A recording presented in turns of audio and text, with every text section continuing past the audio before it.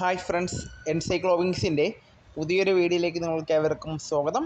അപ്പോൾ നമ്മളിന്ന് ചർച്ച ചെയ്യാൻ പോകുന്ന ടോപ്പിക്ക് ആരോഗ്യ സംരക്ഷണവുമായി ബന്ധപ്പെട്ട ലോകത്തിലെ തന്നെ ഏറ്റവും വലിയ ആരോഗ്യ സുരക്ഷാ പദ്ധതികളിലൊന്നായ ആയുഷ്മാൻ ഭാരത് പ്രധാനമന്ത്രി ജൻ ആരോഗ്യ യോജനയുമായി ബന്ധപ്പെട്ട കുറച്ച് വസ്തുതകളാണ് ഇന്നത്തെ വീഡിയോയിൽ നമ്മൾ ഉൾപ്പെടുത്തിയിട്ടുള്ളത്. നമ്മുടെ വീഡിയോസ് ആദ്യമായി കാണുന്ന സുഹൃത്തുക്കളാണെങ്കിൽ ആദ്യമേ തന്നെ നമ്മുടെ ചാനൽ സബ്സ്ക്രൈബ് ചെയ്യുക. അപ്പോൾ നമുക്ക് വീഡിയോയിലേക്ക് കടക്കാം. ലോകത്തിലെ ഏറ്റവും വലിയ ആരോഗ്യ സുരക്ഷാ പദ്ധതിയാണ് പ്രധാനമന്ത്രി ജൻ ആരോഗ്യ യോജന എന്ന് പറയുന്നത്.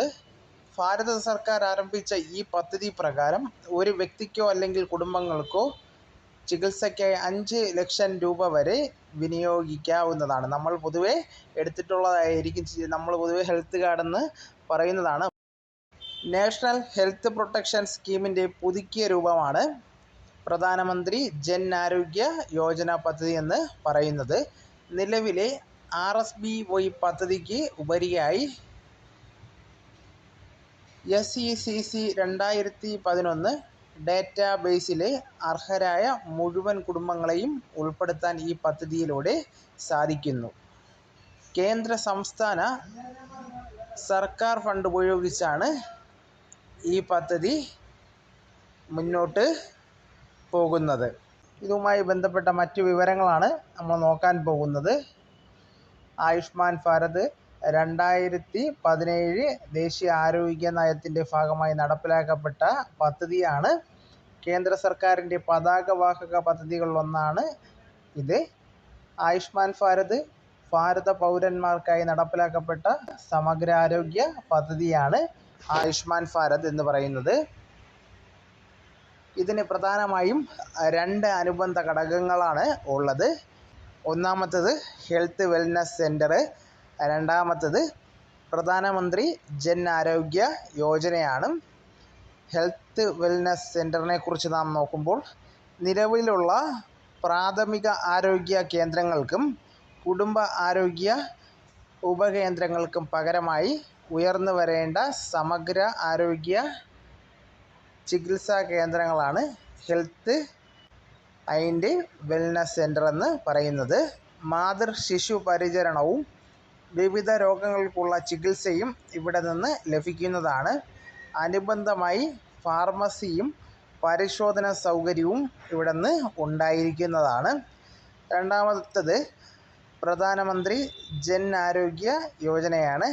രണ്ടാം ഉപഘട്ടമാണ് പ്രധാനമന്ത്രി ജൻ ആരോഗ്യ യോജന അല്ലെങ്കിൽ PMJY പദ്ധതി പ്രകാരം ഒരു വ്യക്തിക്കോ അല്ലെങ്കിൽ ഒരു കുടുംബങ്ങൾക്കോ ചികിത്സയ്ക്കായി 5 ലക്ഷം രൂപ വരെ വിനിയോഗിക്കാവുന്നതാണ്.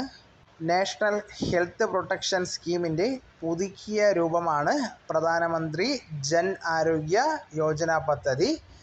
നിലവിലെ RSBY പദ്ധതിക്ക് ഉപരിയായി SECC 2011 ഡാറ്റാബേസിലെ അർഹരായ മുഴുവൻ കുടുംബാംഗങ്ങളെയും ഉൾപ്പെടുത്താൻ ഈ പദ്ധതിയിലൂടെ സാധിക്കുന്നു.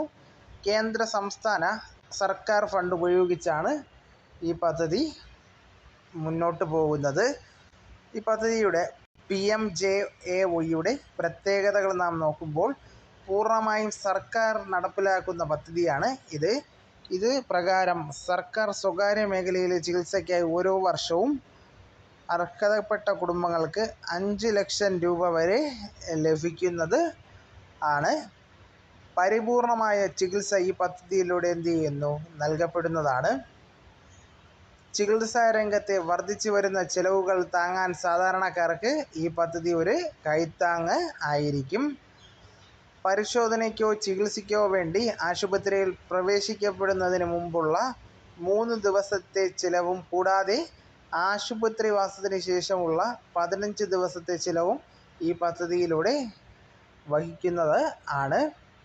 കുടുംബാംഗങ്ങളുടെ പ്രായം, ലിംഗം എന്നിവ പരിഗണിക്കാതെ എല്ലാ വ്യക്തികൾക്കും ചികിത്സാ ആനുകൂല്യം KASP PMJAY പദ്ധതിയിലൂടെ ലഭിക്കുന്നതാണ്.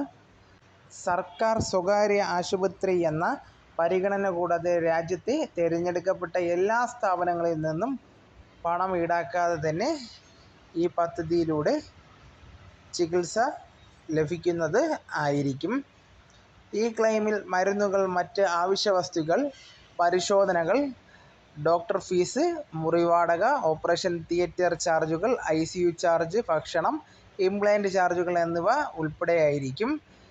ചികിത്സയുമായി ബന്ധപ്പെട്ടുണ്ടാകാൻ സാധ്യതയുള്ള മറ്റ് അനുബന്ധ പ്രത്യാഘാതങ്ങൾക്കും സഹായം ലഭിക്കുന്നത് ആയിരിക്കും.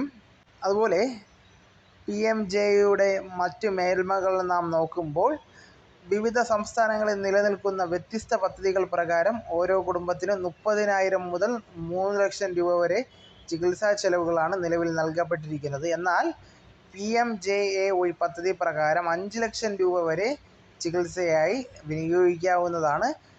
കൺസൾട്ടിംഗ് ഫീ, അതുപോലെ തന്നെ മെഡിക്കൽ പരിശോധന, ചികിത്സകൾ, മെഡിസിനും അനുബന്ധ വസ്തുക്കളും, അതിതീവ്ര പരിചരണ വിഭാഗം, രോഗനിർണയവും ലാബ് പരിശോധനകളും, ഇംപ്ലാന്റേഷൻ, താമസ സൗകര്യം, തുടർ ചികിത്സ, ഇത്തരത്തിൽ വിവിധ ചെലവുകൾക്കായി ഒരു കുടുംബത്തിലെ മുഴുവൻ വ്യക്തികൾക്കോ അല്ലെങ്കിൽ ഒരു വ്യക്തിക്ക് മാത്രമായി ഈ പദ്ധതിയിലൂടെ സഹായം ലഭിക്കുന്നതാണ്.